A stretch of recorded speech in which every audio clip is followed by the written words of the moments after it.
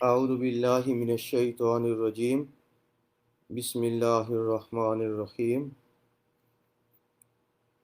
وقاتلوا فی سبیل اللہ الذین یقاتلونکم ولا تعتدوا ان اللہ لا يحب المعتدین وَاقْتُلُوهُمْ حَيْثُ ثَقِفْتُمُوهُمْ وَأَخْرِجُوهُمْ مِنْ حَيْثُ أَخْرَجُوكُمْ وَالْفِتْنَةُ أَشَدُّ مِنَ الْقَتْلِ وَلَا تُقَاتِلُوهُمْ عِنْدَ الْمَسْجِدِ الْحَرَامِ حَتَّى يُقَاتِلُوكُمْ فِيهِ فَإِنْ قَاتَلُوكُمْ فَاقْتُلُوهُمْ كَذَلِكَ جَزَاءُ الْكَافِرِينَ فَإِنِ انْتَهُوا فَإِنَّ اللَّهَ غَفُورٌ رَحِيمٌ وَقَاتِلُوهُمْ حَتَّى لَا تَكُونَ فِتْنَةٌ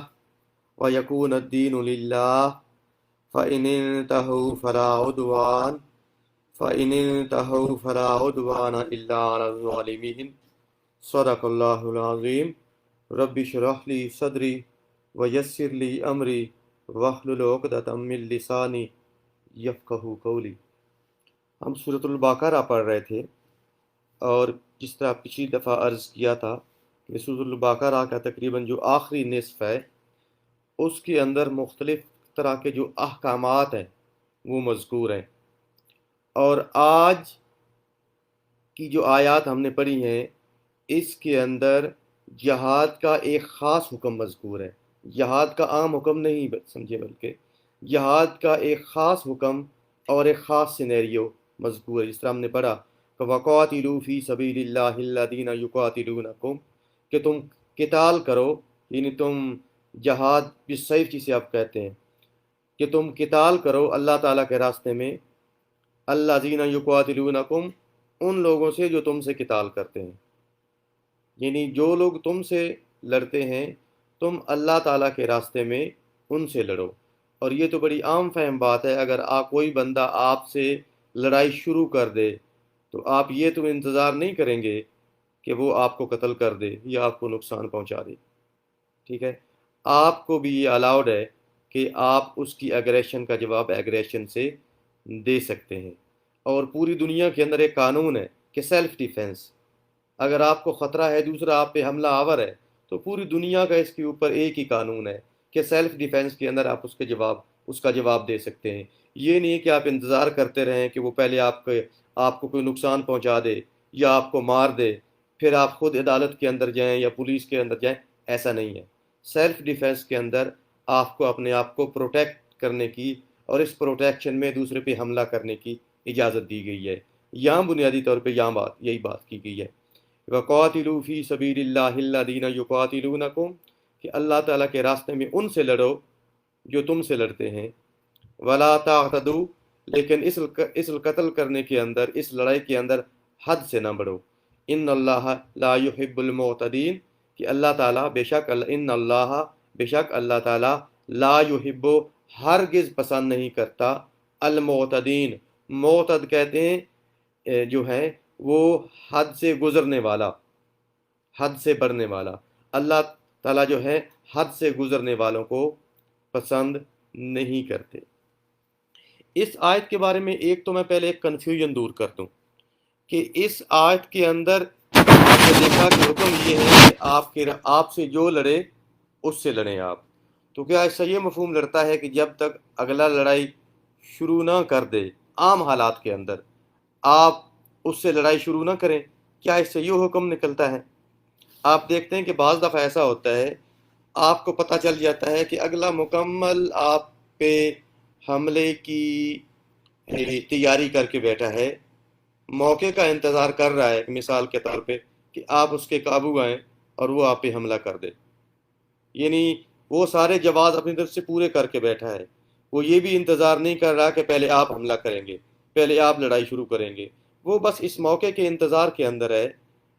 کہ جیسے ہی اسے موقع ملے، بیسٹ اپارچونٹی ملے، پلان وہ پہلے سے کر کے بیٹھا ہے، بس حملہ کرنے کی دیر ہے، ٹھیک ہے؟ اور یوں سمجھیے کہ یہ ایسا ہی ہے جسے آج کل کے دور کے اندر ایک پری ایمپٹیو سٹرائک کہا جاتا ہے۔ پری ایمپٹیو سٹرائک یہ ہوتا ہے کہ آپ کو پتہ ہے اگلا آپ کے اوپر حملہ کرنے والا ہے، چلے میں یہ بھی ایڈ کر دیتا ہوں کہ آپ کو یہ پتہ ہے کہ اگر بے خبری میں اچانک آپ پہ حملہ کر دے گا تو شاید آپ مارے جائیں، یا شاید آپ کو بہت زیادہ نقصان پہنچ جائے، یہ بھی چانس ہے۔ ایسی صورت کے اندر ایک پری ایمپٹیو سٹرائک یوز ہو جاتا ہے کہ آپ جا کے الٹا اس کے اوپر حملہ کر۔ پوری دنیا کے اندر یہ جو پری ایمپٹیو سٹرائک ہے یہ یوز ہوتا ہے پوری دنیا کے اندر۔ آپ یہ سمجھے کہ 9/11 کی جو لڑائی تھی اپنی امریکہ کی، اس کے اندر بظاہر تو افغانستان کا کوئی بندہ شریک نہیں تھا، لیکن حملہ افغانستان کے اوپر کیا گیا تھا۔ اس کو بھی پری ایمپٹیو سٹرائک کہا گیا تھا کہ یہ ایک پری ایمپٹیو سٹرائک ہے کہ طالبان ہو سکتا ہے اگلے 5 سال میں بھی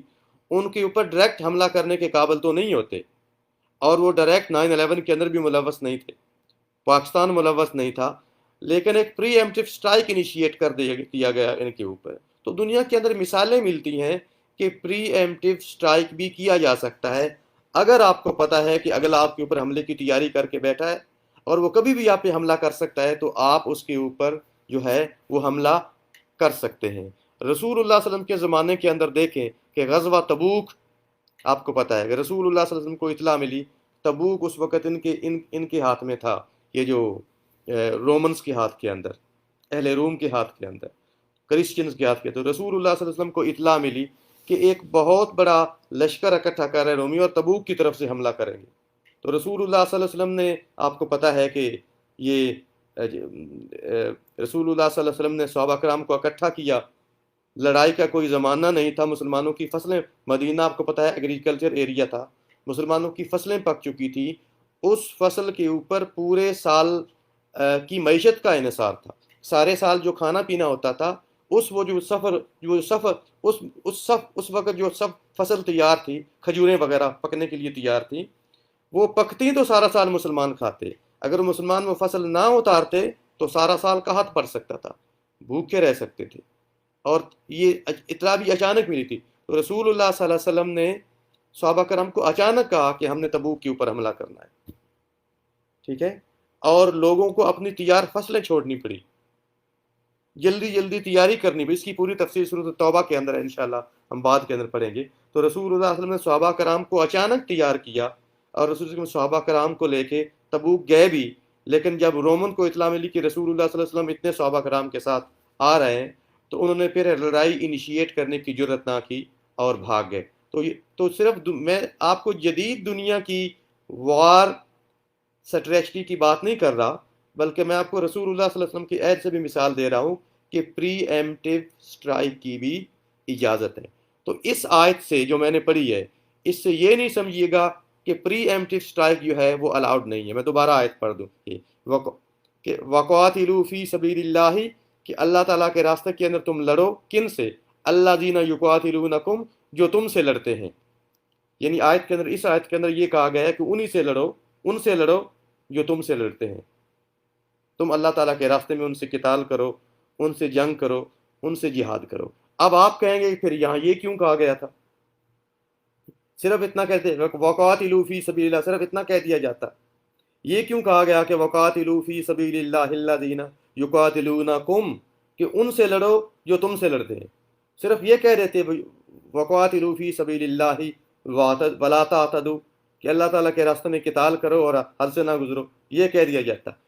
یہ کیوں نہیں کہا گیا؟ یہ کیوں کہا گیا کہ صرف ان سے لڑو جو تم سے لڑتے ہیں؟ اس کا جواب یہ ہے کہ یہ آیات ایک خاص سینیریو کے اندر نازل ہوئی تھی۔ آپ کو پتہ ہے کہ رسول اللہ، یہ آیت نازل ہوئی تھی سن تقریباً 7 ہجری کے اندر، یعنی رسول اللہ صلی اللہ علیہ وسلم کے مدینہ پہنچنے کے 7ویں سال۔ رسول اللہ صلی اللہ علیہ وسلم جب مدینہ پہنچے، آپ کو پتہ ہے، تو سن 6 ہجری کے اندر، اور آپ کو پتہ ہے کہ پہلی جنگ بدر تو 2 ہجری کے اندر ہو چکی تھی، غزوہ احد کے اندر 3 ہجری کے اندر غزوہ احد ہو چکی تھی، تو 7 ہجری کے اندر یہ کہنا کہ تم لڑ سکتے ہو، اس کو جہاد کی پہلی اجازت تو نہیں کہا جا سکتا نا کسی طرح بھی، اس کا مفہوم تو کچھ اور ہے۔ اور یہی بتا رہا ہوں کہ رسول اللہ صلی اللہ علیہ وسلم، آپ کو پتہ ہے کہ رسول اللہ صلی اللہ علیہ وسلم 6 ہجری کے اندر رسول اللہ صلی اللہ علیہ وسلم عمرے کی نیت سے مکہ تشریف لے گئے، تقریباً 1400 صحابہ کرام رسول اللہ صلی اللہ علیہ وسلم کے ساتھ تھے، اور رسول اللہ صلی اللہ علیہ وسلم نے وہاں جا کے مکہ سے باہر پڑاؤ کیا، اور مکہ والوں کو یہ اطلاع بھیجی کہ ہمارا ارادہ کوئی لڑنے کا نہیں ہے، بلکہ ہم تو عمرہ کرنے آئے ہیں، ہمیں عمرہ کرنے کی اجازت دے دی جائے۔ اور یہ مہینے بھی ایسے تھے کہ جس کے اندر جو ہے وہ لڑائی نہیں کی جا سکتی تھی۔ تو اب رسول اللہ صلی اللہ علیہ وسلم نے جب یہ اطلاع بھیجی، آپ کو پتہ ہے کہ ایک عربوں کی ایک روایت تھی، اگر عمرہ کرنے ان کا دشمن بھی آ جائے تو اسے منع نہیں کیا جاتا تھا، لیکن یہاں مشرکین مکہ نے اپنی عربوں کی مشہور روایت کا بھی پاس نہیں رکھا اور مسلمانوں کو کہہ دیا، میں تفصیل میں نہیں جاتا، مسلمانوں کو کہہ دیا کہ آپ اس سال، آپ کو پتہ بیت رضوان کا مشہور واقعہ ہوا، اور مشرکین مکہ نے کہا کہ آپ اس سال عمرہ نہیں کر سکتے۔ بیت رضوان یعنی جو صلح حدیبیہ جسے آپ کہتے ہیں، حدیبیہ پیکٹ کی ایک شرط یہ کی، پہلی شرط کہ مسلمان اس سال واپس چلے جائیں گے، حالانکہ مسلمانوں نے احرام باندھے تھے، اور احرام باندھنے کے بعد تو دشمن کو بھی نہیں منع کیا جاتا تھا عمرہ اور حج سے، لیکن مسلمانوں کو کہہ دیا کہ مسلمان اس سال واپس چلے جائیں گے، اگلے سال آپ لوگ آ کے عمرہ کر سکتے ہیں۔ اب 7 ہجری کے اندر رسول اللہ صلی اللہ علیہ وسلم جب واپس آئے عمرہ کرنے کے لیے، وہی عمرہ جس کی مشرکین مکہ نے اجازت دی تھی، تو مسلمانوں کے ذہن کے اندر ایک شبہ موجود تھا کہ ان مشرکین کی بات کا کیا بھروسہ، جو اپنی صدیوں کی روایات کے خلاف جا کے گھر آئے ہوئے لوگوں کو، احرام کی حالت کے اندر موجود لوگوں کو منع کر سکتے ہیں، ان کے عہد کا، ان کے پیکٹ کا، ان کے وعدے کا بھروسہ نہیں کیا جا سکتا۔ تو صحابہ کرام کے ذہن کے اندر یہ خیال آیا، اور صحابہ کرام نے یہ پوچھا بھی کہ ہو سکتا ہے کہ وہاں ہم جائیں، ہم عمرے کے لیے جائیں، تجاری کر کے نہ جائیں، اور وہ وہاں بجائے ہمیں عمرے کی اجازت دینے کے ہمارے اوپر حملہ کر دیں۔ دشمن سے تو کچھ بھی توقع کی جا سکتی ہے نا، جس طرح کہا جا سکتا ہے، دنیا کے ایک بہت بڑے جاہل نے کہا تھا، آپ کو پتہ ہے، کہ محبت اور عشق کے اندر سب کچھ جائز ہے۔ یہ دنیا کے کسی بہت ہی ظالم اور جاہل آدمی نے کہا تھا۔ تو آج بھی دنیا کے اندر آپ کو پتہ ہے لڑائی کے اندر سب کچھ جائز مانا جاتا ہے۔ جدید دنیا کے اندر دیکھیں، عملی پریکٹس دنیا کی یہی ہے کہ everything is fair in love and war, کہ وار کے اندر دیکھیں جدید دنیا کے اندر کیا کچھ ہوا ہے، آپ کی نظروں کے سامنے ہے، کیسے کیسے جھوٹ بولے گئے ہیں، کیسے کیسی کنسپائریسی سازشیں کی گئی ہیں جنگ کرنے کے لیے، اور اب بھی کیسی کیسی کنسپائریسی اس وقت موجود ہیں جن کی بنیاد پہ جنگیں کی جا رہی ہیں اور جنگوں کو طول دیا جا رہا ہے۔ تو صحابہ کرام نے اس خدشے کا اظہار کیا کہ ہم عمرہ کرنے جائیں اور وہ حملہ کر دیں تو ہم کیا کریں گے۔ تو جب یہ خدشہ پیدا ہوا تو اس وقت اللہ تعالیٰ نے یہ موجودہ آیات نازل کی کہ وَقَاتِلُوا فِي سَبِيلِ اللَّهِ، کہ اللہ تعالیٰ کے راستے کے اندر تم لڑو ان لوگوں سے الَّذِينَ يُقَاتِلُونَكُمْ، جو تم سے لڑتے ہیں۔ کہ ٹھیک ہے تم عمرے کے لیے جا رہے ہو، لیکن اگر وہ وہاں سے تم سے لڑائی کریں تو ویسے تو خانہ کعبہ کے اندر لڑنا منع ہے، حرمت والے مہینوں کے اندر، ذیقعد، ذوالحجہ، محرم، رجب، یہ اس وقت 4 مہینے ہوتے تھے جن کے اندر عرب بالکل نہیں لڑتے تھے، ان مہینوں کے اندر لڑنا منع ہے۔ لیکن اگر وہ تم سے لڑائی شروع کر دیں تو پھر تم اس لڑائی کے جواب میں سیلف ڈیفینس میں اپنی پروٹیکشن کے لیے لڑ سکتے ہو، ٹھیک ہے۔ تو یوں سمجھیے کہ ایک جو سیلف پروٹیکشن کے اندر لڑائی کرنے کا، یا ایون آپ اپنے ڈیفینس کے اندر اگلے کو قتل بھی کر دیں کہ اس بچنے کے لیے کہ وہ آپ کو نقصان پہنچا دے، یہ رول یہاں سے پتہ چلتا ہے کہ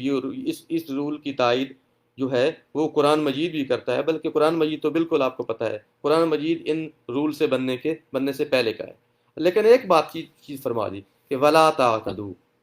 کہ تم جو ایگریشن کرے اس کا جواب ایگریشن سے دے سکتے ہو، وَلَا تَعْتَدُوا، لیکن تم حد سے مت گزرنا۔ اب حد سے گزرنے سے کیا مراد ہے؟ مطلب یہ ہے کہ کیا آپ صرف ڈیفینس کریں گے، اگلے کی تلوار کو آپ ڈھال پہ روکیں گے، یا اگلے کی گولی چلائیں گے تو نیچے بیٹھ جائیں گے، لگنے نہیں دیں گے؟ ولا تعتدوا نہیں، حد سے نہ گزرو، اس کا مطلب یہ نہیں ہے۔ اس کا مطلب یہ ہے کہ اگلا تلوار چلائے تو آپ بھی تلوار چلا سکتے ہیں، اگلا بندوق چلائے آپ بھی بندوق چلا سکتے ہیں، اگلا آپ کے خلاف ٹینک یوز کرے، میزائل یوز کرے، آپ بھی یوز کر سکتے ہیں، اگلا آپ کے خلاف مہلک ترین ہتھیار استعمال کرے، آپ بھی کر سکتے ہیں۔ اس کی ممانعت نہیں ہے۔ فرمایا ولا تعتدوا، اس کا مطلب یہ ہے کہ جو مفسرین مسلم نے فرمایا، رسول اللہ صلی اللہ علیہ وسلم نے جہاد کی تعلیم دیتے ہوئے فرمایا کہ جب جنگ ہو تو اسی سے جنگ کرو جو تم سے جنگ کرنے آیا ہے۔ اب جنگ کے میدان میں جو بھی آیا ہے، وہ مرد ہے، وہ عورت ہے، وہ بوڑھا ہے، اس کے ساتھ تو جنگ کرو۔ لیکن گھر کے اندر اگر کوئی بوڑھا بیٹھا ہے، جنگ نہیں کر رہا، اس سے لڑائی نہیں کی جا سکتی، اس کو قتل کرنا حرام ہے۔ کوئی عورت بیٹھی ہے گھر کے اندر، اس کو قتل نہیں کر سکتے۔ کوئی بچہ بیٹھا ہے، اس کو قتل نہیں کر سکتے۔ اور ایسا کوئی بندہ، ان کے کوئی کام کرنے والے ملازم ہے جو کہ لڑائی کے اندر شریک نہیں ہے، ان کو آپ قتل نہیں کر سکتے، ان کو نقصان نہیں پہنچا سکتے، ان کو آپ بالکل تھریٹن نہیں کر سکتے۔ جس طرح رسول اللہ صلی اللہ علیہ وسلم نے فتح مکہ کے دن فرمایا تھا کہ اگر کوئی بندہ جو ہے وہ ہتھیار پھینک دے، اس کے اوپر حملہ نہ کرو۔ کوئی بندہ جو ہے وہ گھر کا دروازہ بند کر لے، اس کے اوپر حملہ نہ کرو۔ اس طرح یہ بھی فرما دیا گیا، بعض کے اندر یہ بھی فرما دیا گیا کہ جنگ کے اندر اگلے کی مارکیٹیں تباہ نہ کرو، اگلے لوگوں کی، اگلے لوگوں کے درخت نہ کاٹو، وغیرہ وغیرہ۔ جس طرح اس لیے ہم مسلمان کہتے ہیں کہ 9/11 کسی مسلمان نے نہیں کیا تھا، کیونکہ مسلمان جو ہے وہ اگر جہاد کرے گا تو مارکیٹس، درخت اور اس طرح چیزیں مسلمان کبھی تباہ نہیں کرے گا۔ ٹھیک ہے، تو ولا تعتدوا کا مطلب یہ ہے کہ وہ لوگ جو جنگ کے اندر شریک نہیں ہیں، عورتیں، بچے، بوڑھے، خادم وغیرہ، ان کو نقصان نہ پہنچاؤ، ان کی املاک وغیرہ تباہ نہ کرو، وغیرہ وغیرہ۔ یہ ساری چیزیں جو ہیں یہ رسول اللہ صلی اللہ علیہ وسلم نے احادیث کے اندر فرما دیا کہ یہ کام نہ کرو۔ کیوں؟ ان اللہ لا یحب المعتدین، کیونکہ اللہ تعالیٰ معتدین کو، حد سے گزرنے والوں کو پسند نہیں کرتا۔ ایک تو بات یہ ہوگی۔ آگے فرمایا وقتلوہم، اور تم قتل کرو ہم ان کو، حیثو جہاں کہیں، حیثو ثقفتموہم من وجدتموہم، یعنی جہاں بھی تم ان کو پاؤ تم ان کو قتل کرو۔ اب آپ یہ کہیں گے کہ وہاں تو خانہ کعبہ بھی تھا، تو کیا اس کے اندر خانہ کعبہ کا حکم بھی آ گیا؟ وہ آگے اس کا بھی حکم آپ دیکھیں گے کہ وقتلوہم حیث ثقفتموہم، انہیں جب لڑائی شروع ہو گئی ایک دفعہ، اب جب لڑائی شروع ہو گئی تو جہاں بھی وہ پائے جائے، جو تم سے لڑنے والا ہے نا، وہ گلی کے اندر پایا جائے، وہ محلے کے اندر پایا جائے، وہ میدان کے اندر پایا جائے، وہ حالانکہ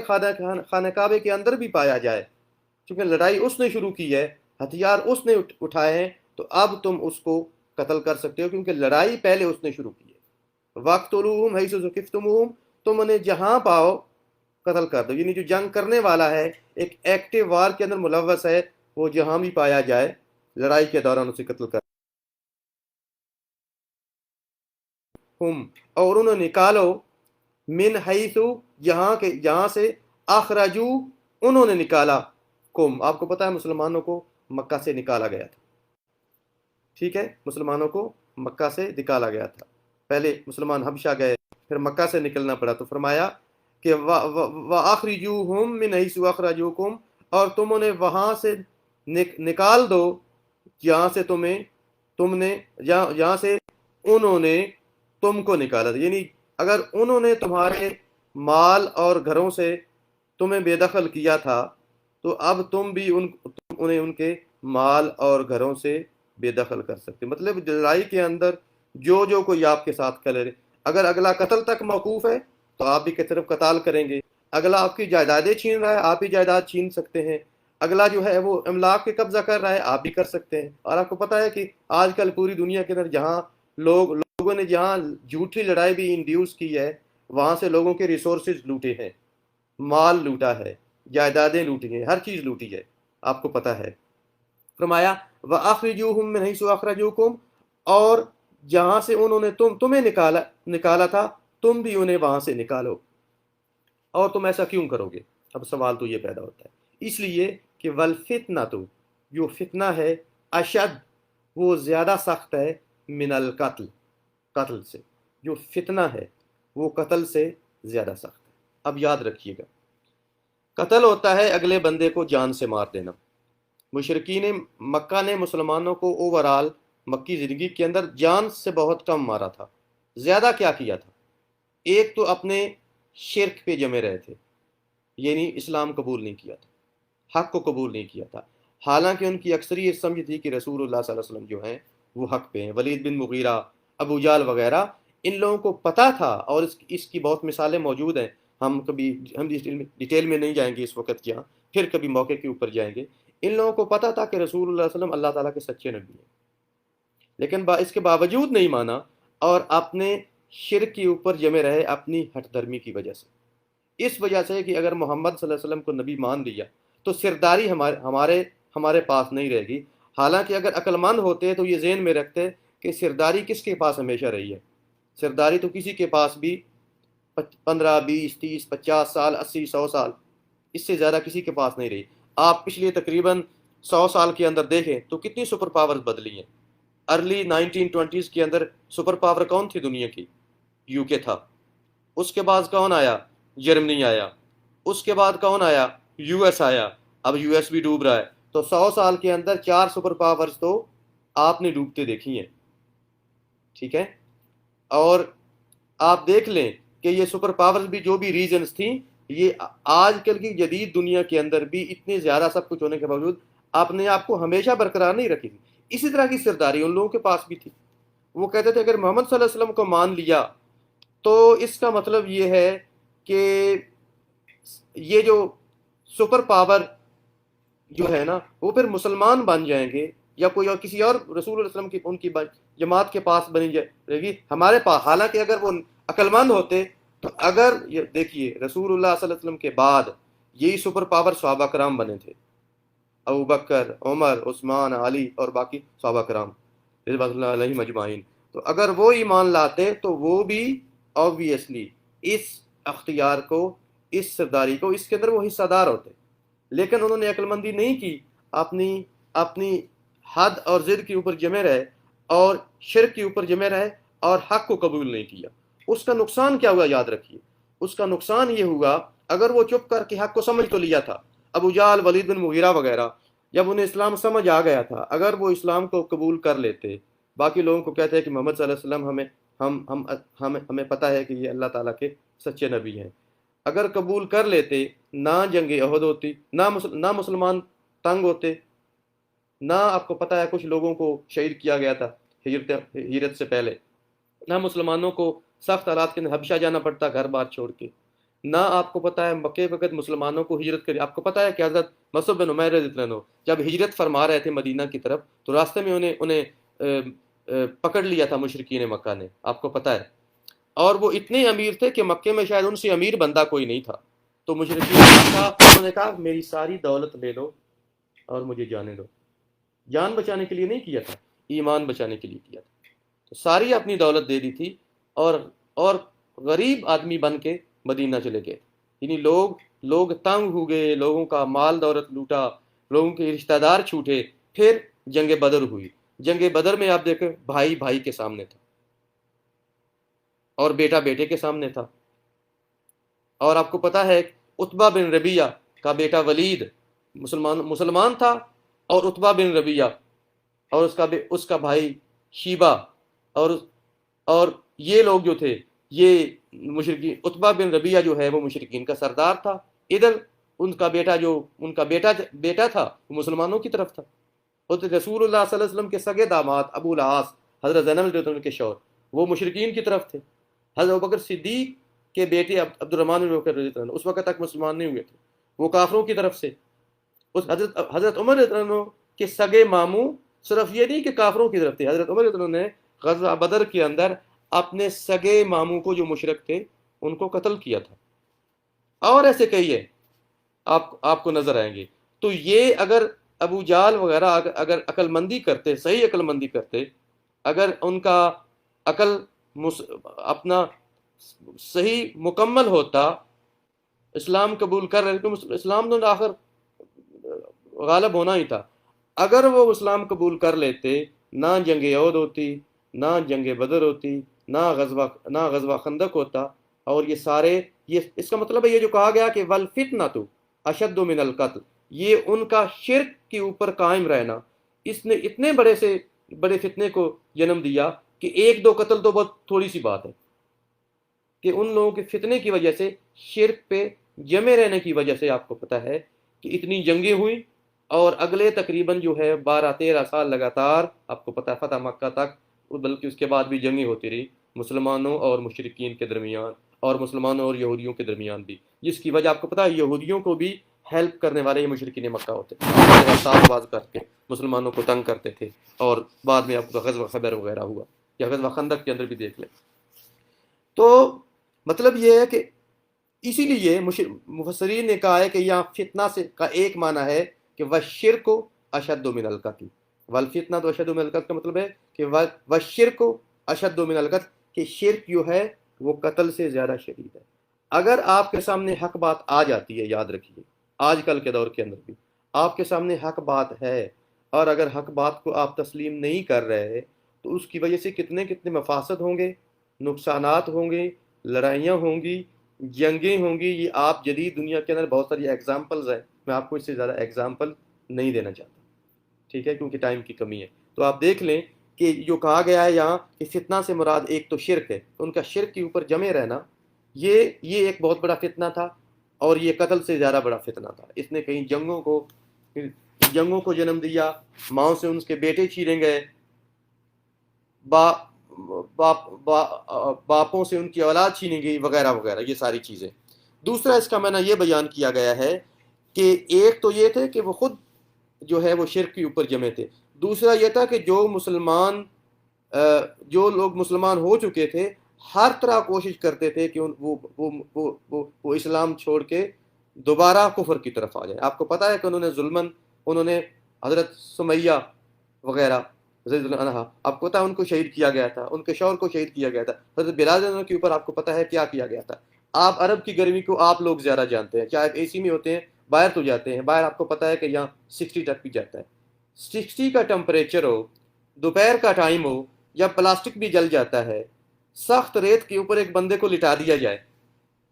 اس کے سینے کے اوپر ایک پتھر رکھ دیا جائے، اوپر سے مارا جائے، اور کہا جائے کہ یا تو محمد کا انکار کرو یا ایسے ہی مار مار کے مار دیں گے۔ آپ اندازہ کریں کہ کسی کو اسلام سے روکنے کے لیے اس سے بڑی کوئی اذیت ہو سکتی ہے؟ یہ اذیت حضرت بلال کو دی گئی، حضرت رضی اللہ عنہ کو، اور باقی لوگوں کو دی گئی، یہاں تک کہ حضرت بلال رضی اللہ عنہ کو حضرت ابوبکر صدیق رضی اللہ عنہ نے ان کو خود خرید کے آزاد کیا۔ وہ ابو جہل کے پاس گئے اور کہا کہ تمہارے تو کسی کام کا نہیں ہے، تمہارا کسی کام آئے گا نہیں، مجھے دے دو۔ تو انہوں نے انہیں خرید کے آزاد کر دیا۔ یعنی ابوبکر صدیق رضی اللہ عنہ، حضرت ابوبکر صدیق رضی اللہ عنہ نے بہترین لوگوں کو ترغیب دے کے مسلمان کیا، اور بہترین لوگوں کو خرید کے آزاد کیا، جو کہ مشرکین مکہ کے ظلم و ستم کے اندر تھے۔ تو اس لیے فرما دیا گیا کہ یہ جو ایک شرک کے اوپر جمے رہنا یہ فتنہ ہے، اور دوسرا جو لوگ مسلمان ہو چکے ہیں یہ کوشش کرنا کہ وہ اسلام سے پلٹ کے کفر کی طرف آ جائیں، یہ فتنہ۔ جس طرح ایک اور فرمایا گیا ہے، جس طرح قرآن مجید کی ایک اور آیت کے اندر پہلے پارے کے اندر کہا گیا ہے کہ وَلَن تَرْضَىٰ عَنْكَ الْيَهُودُ وَلَا النَّصَارَىٰ حَتَّىٰ تَتَّبِعَ مِلَّتَهُمْ۔ یہ آپ مسلمانوں، یہ آپ لوگوں کے لیے بھی ہے۔ یہود و نصارہ آپ کو کہتے ہیں ڈو مور، اور کیجئے، ابھی آپ کے اقدامات وغیرہ کافی نہیں ہیں، FATF ہو، پوسٹ 9/11 ہو، کچھ بھی ہو، تو کہتے ہیں نا کہ اور کیجئے، ابھی ہم آپ سے راضی نہیں ہیں۔ تو راضی ہونے کی ان کی حد قرآن نے بتا دی ہے، وہ بتائیں یا نہ بتائیں۔ قرآن بتائے وَلَن تَرْضَىٰ، اور یہود و نصارہ آپ سے اس وقت تک راضی نہیں ہوں گے، حتیٰ، یہاں تک کہ تتبعوا، آپ ماننے لگے، ملتہم، حتیٰ کہ آپ اپنا کلمہ چھوڑ کے ان کا دین قبول کر لیں۔ یعنی وہ یہ چاہتے ہیں اصل میں کہ آپ اسلام چھوڑ دیں اور آپ کافر ہو جائیں۔ یہ ہے ڈو مور کی حد، یہ ہے۔ اب آپ خود سوچ لیں کہ آپ ڈو مور کی اس حد تک آپ جا سکتے ہیں یا نہیں جا سکتے، اور اگر آپ چلے گئے ڈو مور کی اس حد تک تو آپ یہ بھی دیکھ لیجئے کہ آپ کا نقصان کتنا ہے اور فائدہ کتنا ہے۔ یہ بتا دیا کہ آج کل کے دور کے اندر بھی، اس طرح آپ کو پتہ چل گیا کہ آج کل کے دور کے اندر بھی جو مختلف قتال ہیں، فتنے ہیں، ٹیررزم ہے، اس کی بنیادی وجہ حق کو نہ ماننا ہے اور لوگوں کے اوپر ظلم کرنا ہے۔ فرما دیا وَالْفِتْنَةُ أَشَدُّ مِنَ الْقَتْلِ، اور جو فتنہ ہے وہ قتل سے زیادہ شدید ہے، یاد رکھیے، ٹھیک ہے۔ کوئی بھی یہ جو فتنہ پھیلانا ہے یہ قتل سے زیادہ شدید ہے، اور فتنہ کی وضاحت میں نے کر دی۔ آگے فرمایا وَلَا تُقَاتِلُوهُمْ، اور نہ تم ان سے قتال کرو، عند پاس المسجد الحرام، مسجد حرام، اور تم مسجد حرام کے پاس ان سے قتال نہ کرو۔ اس کا مطلب ہے عام حکم یہی ہے، مسجد حرام کے اندر قتال جو ہے قیامت تک کے لیے منع ہے، ٹھیک ہے۔ اس لیے رسول اللہ صلی اللہ علیہ وسلم نے فرمایا تھا فتح مکہ کے اوپر رسول اللہ صلی اللہ علیہ وسلم کے لیے چند گھنٹوں کے لیے رسول اللہ علیہ وسلم کے لیے بیت اللہ کے اندر جو ہے وہ قتال حلال کیا گیا تھا، اور اس کے بعد رسول نے فرمایا کہ یہ میرے لیے حلال کیا گیا تھا صرف آج کے دن، فتح مکہ کے دن، اور اب یہ قیامت تک کے لیے ہے جو مسجد حرام کے اندر قتال کرنا یہ حرام ہے۔ لیکن اس میں بھی فرما دیا وَلَا تُقَاتِلُوهُمْ عِنْدَ الْمَسْجِدِ الْحَرَامِ، اور تم مسجد حرام کے اندر یعنی اس کی حرم کی حدود کے اندر ان سے جنگ نہ کرو حتیٰ یقاتلوکم فی، یہاں تک کہ وہ تمہارے ساتھ قتال، اس ایک حکم سامنے آ گیا کہ آپ مسجد حرام کے اندر لڑائی انیشیٹ نہیں کر سکتے، لیکن اگلا کوئی مسجد حرام کے اندر ہتھیار لے کے آ جائے اور لوگوں کو قتل کرنے لگے، نقصان پہنچانے لگے، تو اب اس کے اوپر فقہا کا اتفاق ہے، اجماع ہے کہ وہ بندہ جو پہلے ہتھیار اٹھا کے مسجد حرام کے اندر آ گیا ہے، ایسے بندے کو پکڑنے کے لیے اس بندے کے ساتھ قتال جائز ہے۔ اور آپ کو پتہ ہے کہ یہ مستقبل ماضی قریب کے اندر دو واقع ہوئے تھے، ایک غالباً 79 کے اندر کہ ایک بندے نے اپنے چند لوگوں کے ساتھ جا کے مسجد حرام کے اندر قبضہ کر لیا تھا،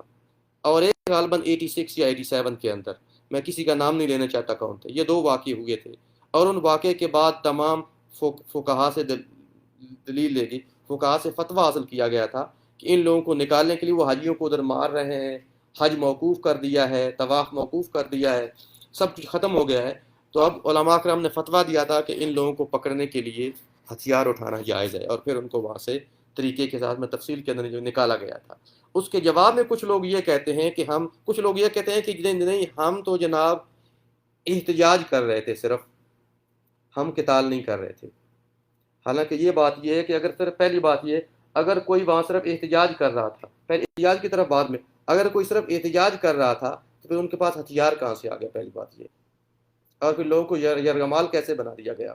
اور پھر ان کی فائرنگ سے کچھ لوگ جو ہے وہ شہید کیسے ہو گئے، یہ سارے سوالات ہیں، یہ ایک بات ہوگی۔ دوسری بات یہ ہے کہ حدود حرم کے اندر احتجاج کرنے کے لیے حدود حرم کے باہر بھی بہت بڑی جگہ موجود ہے، ٹھیک ہے،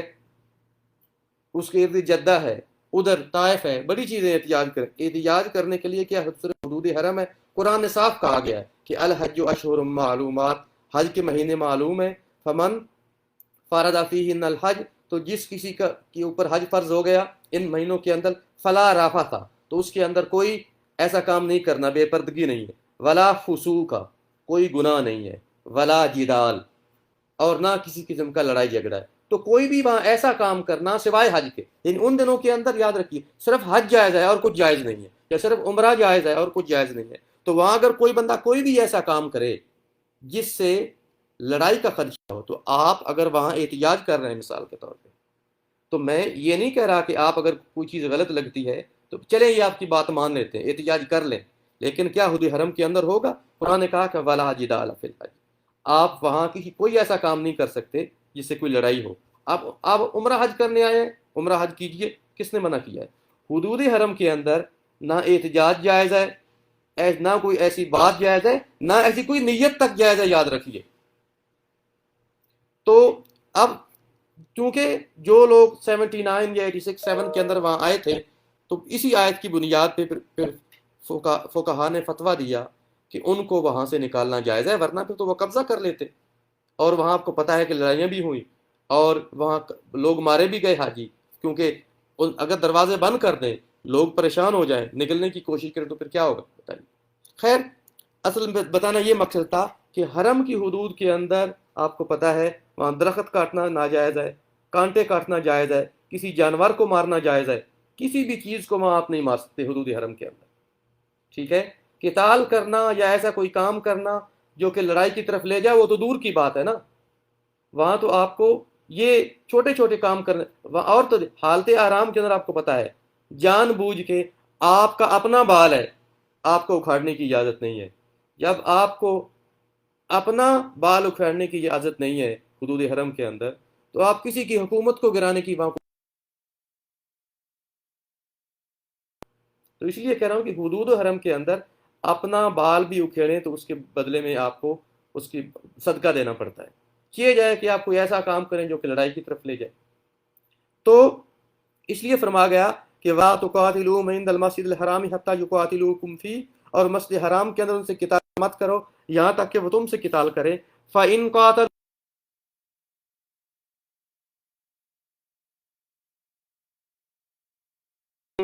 ان سے قتال کرو. کذالک جزاء الکافرین،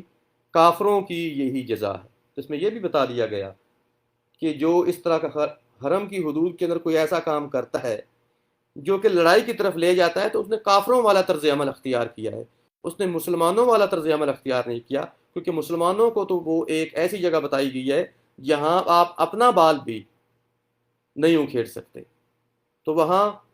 کسی اور چیز حالت حرام کے اندر کیسے اجازت ہوگی. فَإِنِ انتہوا،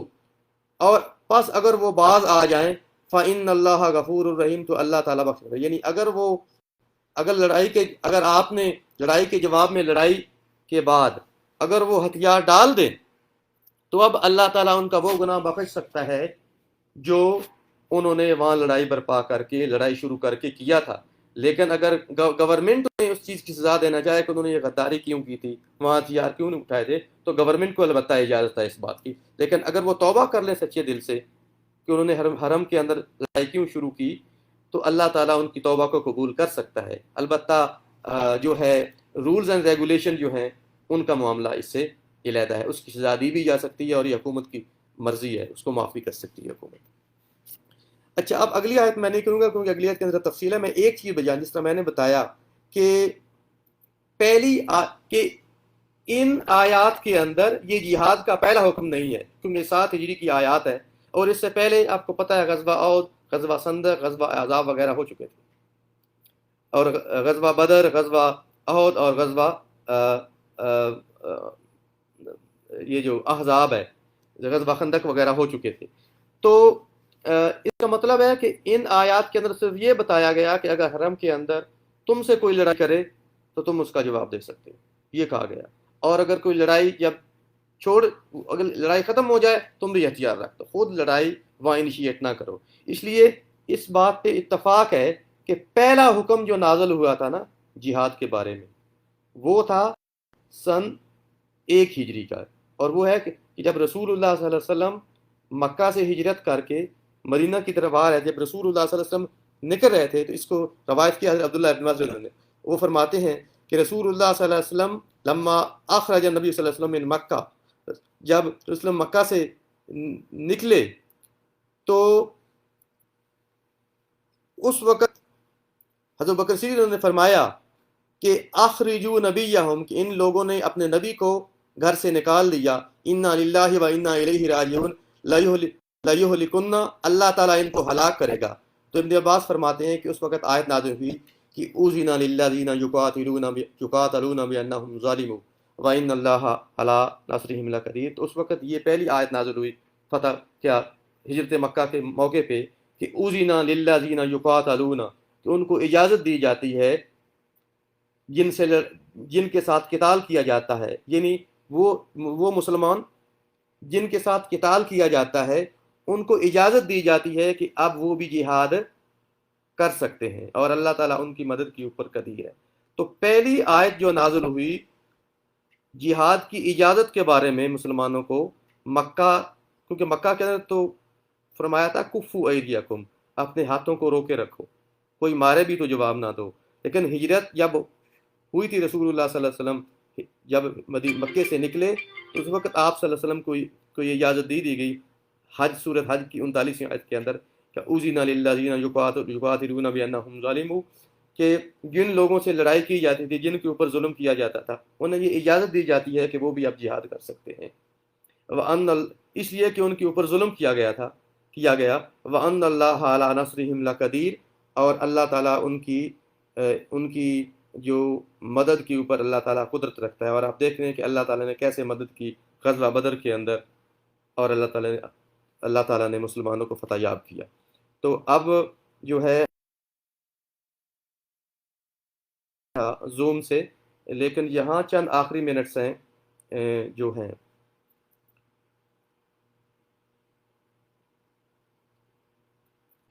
تو جناب ہمارا زوم سے تو ختم ہو گیا تھا، تو چند آخری منٹس ہمارے جو تھے ہمارے وہ فیس بک کے اوپر ریکارڈڈ ہیں. اور اس کے اوپر میں نے یہی بتایا ہے کہ یہ جو ہم نے آیات آج پڑھی تھی، یہ پہلا حکم نہیں تھا حج کا، ایسا پہلا حکم نہیں تھا جہاد کا، بلکہ جہاد کا پہلا حکم وہ ہے سورۃ حج کے اندر آیت 39 کے اندر ہے کہ اذن للذین یقاتلون بانہم ظلموا، کہ وہ لوگ جو جن کے اوپر ظلم کیا گیا تھا، یعنی مسلمان،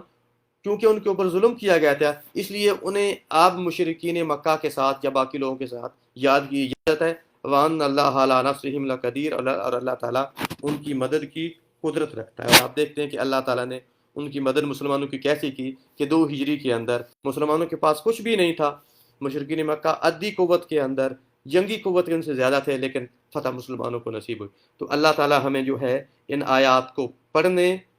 ان کو سمجھنے، ان پہ عمل کرنے، اسے دوسروں تک پہنچانے کی توفیق عطا فرمائے، اس کو ہمارے لیے دنیا کے اندر ہدایت کا اور آخرت کے اندر نجات کا ذریعہ بنا۔ اللہم صلی علی محمد وعلی آل محمد، سبحان ربک رب العزۃ عما یصفون، وسلام علی المرسلین والحمد للہ رب العالمین۔